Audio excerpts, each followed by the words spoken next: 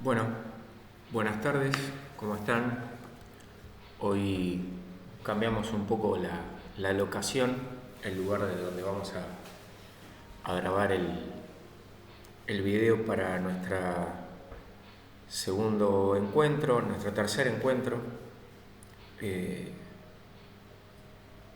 Hoy vamos a charlar sobre el principio de legalidad. Ustedes ya han empezado a tener contacto con la materia, con algunas cuestiones propias de nuestro lenguaje. Han advertido que los penalistas solemos utilizar determinadas palabras, pero dándole otro significado dentro de nuestro universo, del universo del derecho penal, de la dogmática penal. Y en este caso particular, lo que se denomina principio de legalidad, van a ver cuando vean derecho procesal penal que hay un principio de legalidad procesal, que es el que obliga a los funcionarios a perseguir todos los delitos de aquellos que tuvieron conocimiento, digamos, la oficialidad en la persecución de los delitos. En cambio, existe un principio de legalidad, pero propio de la dogmática penal, que es lo que vamos a ver hoy en día. Podemos empezar diciendo que el Estado de Derecho debe proteger al individuo mediante el derecho penal. Recuerdan la definición de Roxin, derecho penal como protección subsidiaria de bienes jurídicos, pero también lo debe proteger del derecho penal. Digamos, evitar que el derecho penal vaya más allá de hasta donde, como recuerdan que dijimos en su momento, nos contratamos, digamos, el Estado y los individuos suscribimos un contrato, bueno, que el derecho penal va a llegar hasta determinado horizonte. Obviamente se trata de un límite al ius puniendi, este mal llamado derecho de punir o poder castigador del Estado. Bueno, ¿de dónde surge este principio de legalidad? Históricamente, algunos lo asocian, lo llevan al 1200 con aquel texto de Juan Sin Tierra, otro a las constituciones, la primera constitución de Estados Unidos, otro al Código Penal de Baviera. El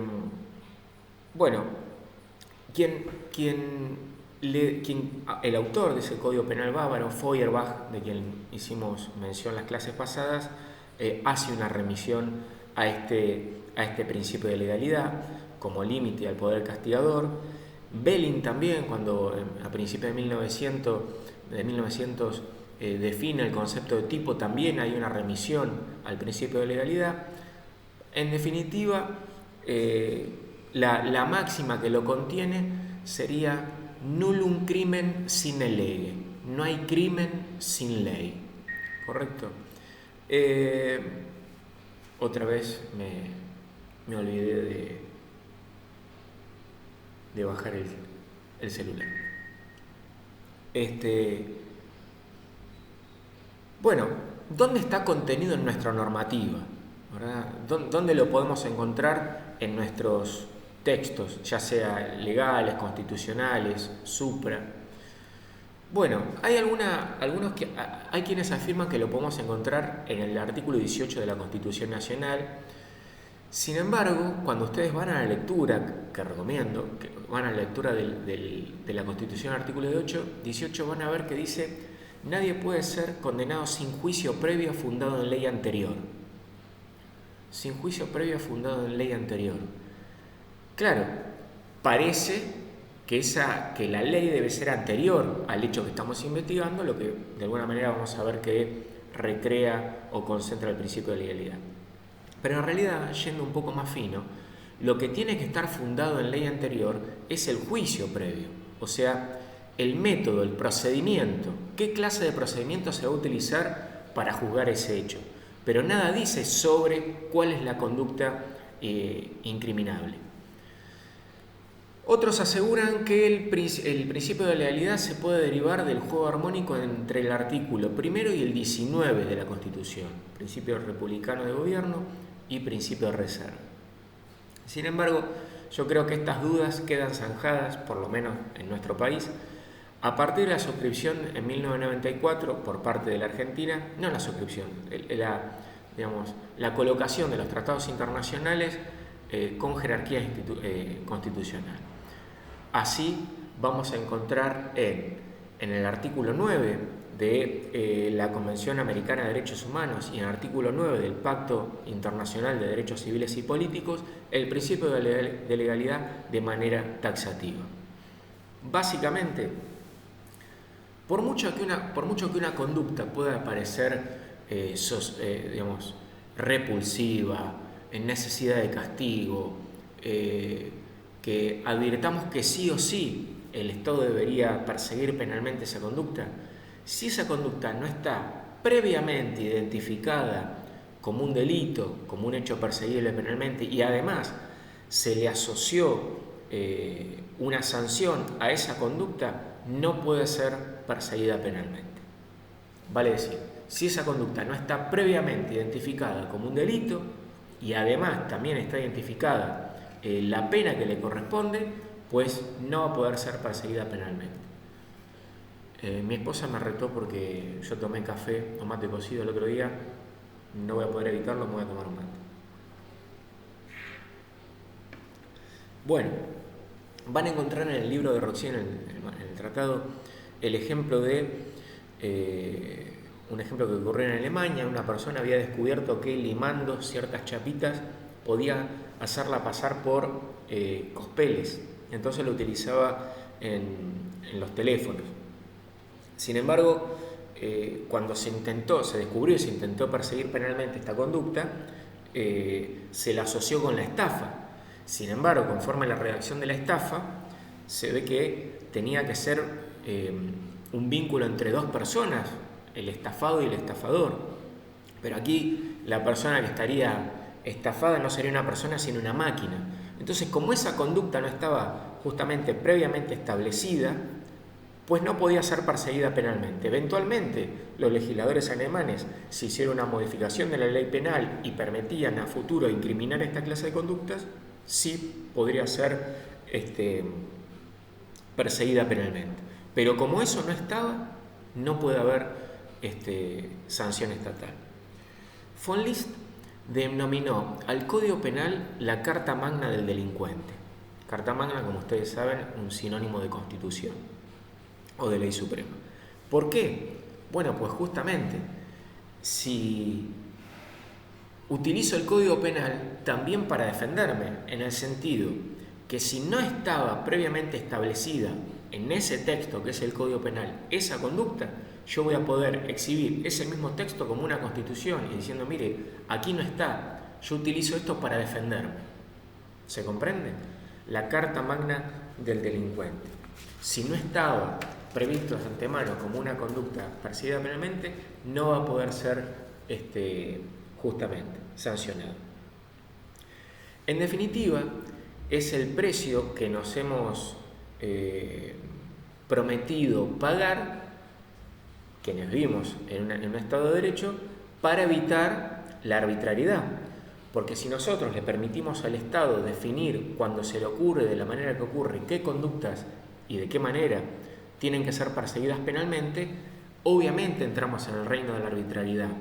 Sin embargo, preferimos que determinadas conductas queden impunes, si no estuvieron previamente identificadas como delitos, antes que vivir en un permanente estado de inseguridad jurídica y de arbitrariedad. Inseguridad jurídica desde que no sabemos qué cosas están prohibidas y qué no, y obviamente inseguridad jurídica.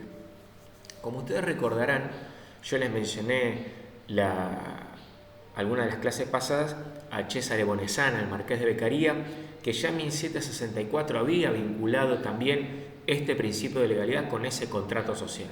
Bueno, estas serían algunas de las cláusulas de ese supuesto contrato social.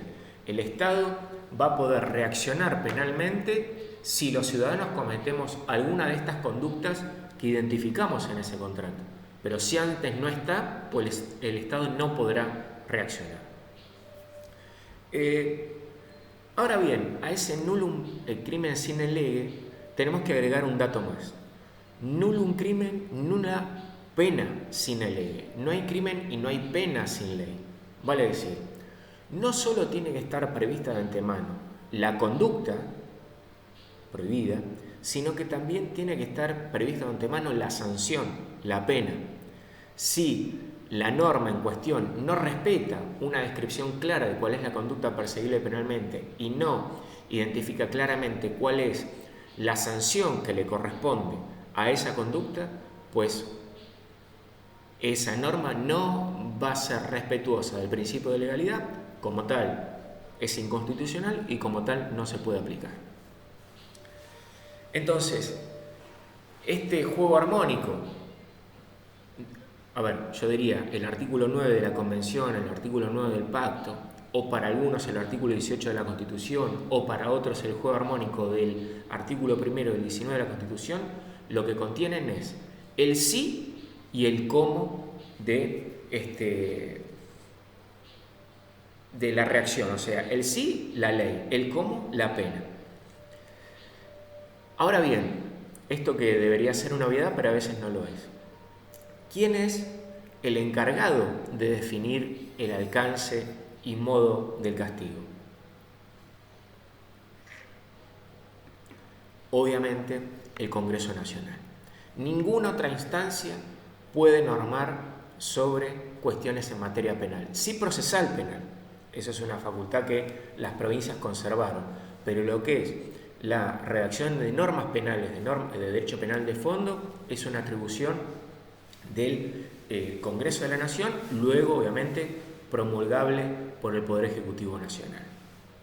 Entonces, ¿quién crea la ley penal? El Congreso de la Nación. Artículo 75, inciso 12 de la Constitución Nacional.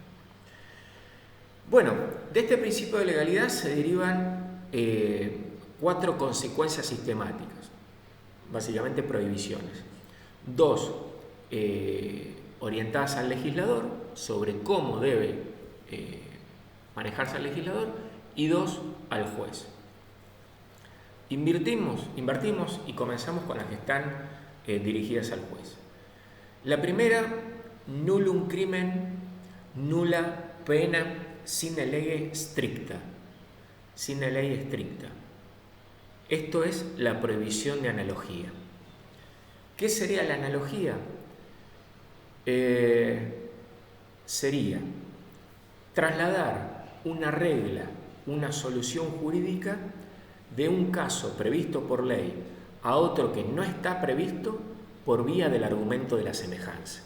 Vale decir, esta conducta que yo juez estoy analizando no está prevista en la ley como una conducta perseguible penalmente, pero se asemeja, se parece a una que sí es perseguible penalmente. Entonces, por la vía del argumento de la semejanza, una aplicación analógica del derecho penal, yo le voy a aplicar a este hecho esta sanción penal. Bueno, justamente esto está prohibido. Ustedes lo que tienen que pensar o analizar o recrear en su mente que el Código Penal sería como esos juegos de encastre que tienen los nenes cuando son chiquitos, donde un cubo entra en el espacio del cubo, un cilindro, un cuadrado, un triángulo, van entrando y van calzando perfecto. Esos son los hechos de la realidad y los espacios, el Código Penal. Si ese hecho de la realidad yo intento ingresarlo y no calza perfecto, yo tengo que hacer fuerza, tengo que presionar, me las tengo que ingeniar para hacerlo encuadrar, claramente esa no es la conducta que está persiguiendo penalmente la ley penal. Entonces no se puede, como esto se parece a lo que está ahí, yo voy a intentar, pues no lo puedo hacer. Por la vigencia del principio de legalidad, no lo puedo hacer.